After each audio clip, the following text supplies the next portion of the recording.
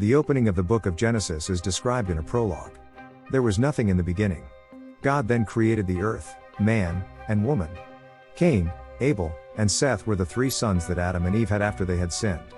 Cain fled under the watchful eyes of enormous, multi-armed stone golems known as the Watchers after killing Abel. The Watchers assisted Cain and his offspring in creating an industrialized society, but human depravity quickly spread throughout the globe. The only people remaining to rebuild humanity would be Seth's offspring. The narrative opens with a child Noah and his father Lamech standing on a hill. The skin of the original serpent from Eden, which has been handed down through many generations, is going to be given to him by Lamech. Unexpectedly, a sizable group of people enters the scene, led by a young monarch named Tuval-Cain, Ray Winstone, who intends to turn that hill into a mine. When Tuval-Cain sees Lamech, he kills him and takes the skin of the serpent while Noah flees. Several years pass. A little miracle is witnessed by the adult Noah, now portrayed by Russell Crowe, who is living with his wife Neme, Jennifer Connelly, and his three sons, Shem, Douglas Booth, Ham, Logan Lerman, and Japheth. He had a dream that night in which he sees water flooding the earth and the mountain his grandpa Methuselah lives on. He understands that the Creator is attempting to communicate with him. He travels with his family to see Methuselah and seek advice. They adopt Ela, Emma Watson, an injured but still alive girl they encounter with a bunch of recently deceased humans they come across along the road. While pursuing Noah and his family after finding them, some of Tuval-Cain's men give up because they don't want to go into the shadowy area where the Watchers live. The Watchers are said to be Methuselah's, Anthony Hopkins, buddies because he once stood up for and saved them. The humans tried to enslave and kill them after learning from them, despite the fact that they had come to Earth to assist the humans. Methuselah tried to leave and help them by defeating waves of human soldiers with a blazing sword of great power. Magog, Mark Margolis, one of them, saves Noah and his family from the other Watchers, who are skeptical of everyone, and tells Noah that he believes Noah to be a fine man like his father.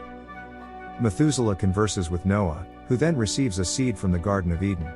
When he plants the seed on a plain, a massive spring emerges out of the ground, sprouting a vast network of streams in all directions and, within moments, a huge forest appears all around its source. The miracle persuades the Watchers that the Creator picked Noah. They agree to help Noah with the task of building an ark after he requests for their assistance. 8 years roughly pass. Animals are seen traveling to the ark from all over the country by following the streams to the enormous spring source as the ark nears completion. They board the ark, settle in, and are soon sent to sleep by the incense that Noah and his family had prepared and distributed throughout the enormous craft.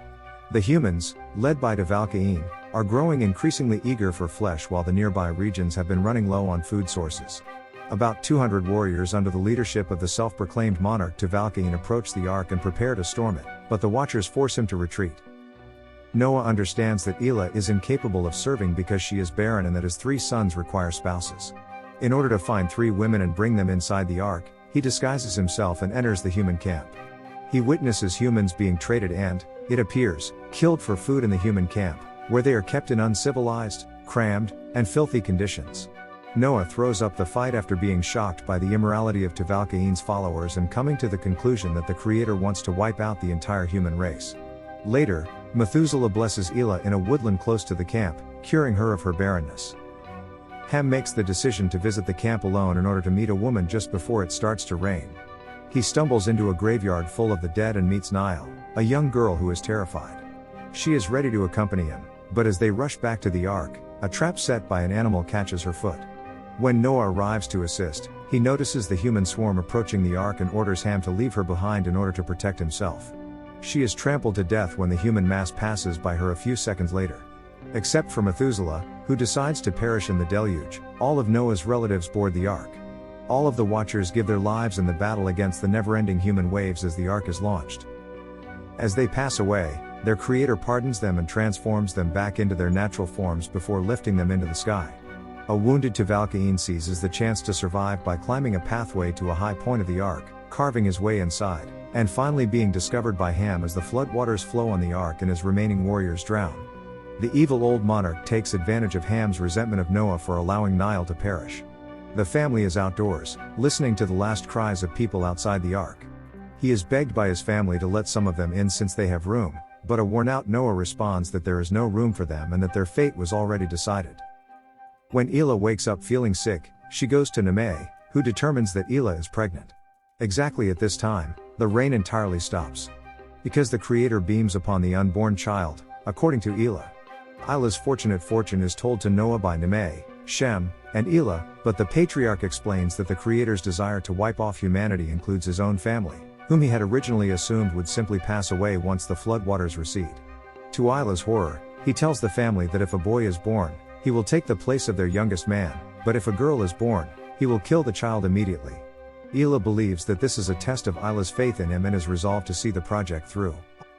A heartbroken Noah climbs to the top of the ark and begs the Creator for advice, not really wanting to do it so much as believing that it is his duty to the Creator. Finding no solution, Noah decides to follow his word to his family. In the meantime, Nameh makes one last, fruitless attempt to convince her husband to change his mind while Tubal-Cain enlists the support of the innocent Ham, ultimately obtaining the boy's assistance in a conspiracy to kill Noah. Months pass by. Shem and Elah, who are now nearing the conclusion of their pregnancy, construct a small raft in order to elude Noah's plan to kill their kid. When Noah learns of their scheme, he burns the raft. The shock induces labor in Elah. The young girl gives birth to twin girls with the help of Nameh. When Noah hears the baby's cries, he chases Elah to the top of the ship. Noah hears the song he once sang to Elah when he was young and scared, then looks at the girls and decides not to carry out the horrible deed as Elah begs for a moment to sing to the wailing infants to calm them before they die. Ham draws Noah to the back of the ark under the false premise that the animals have awakened and have started eating each other, as Tubal-Cain has apparently duped him into believing that killing Noah is right and will be for the benefit of Elah and Shem's progeny as well as retribution for Nile.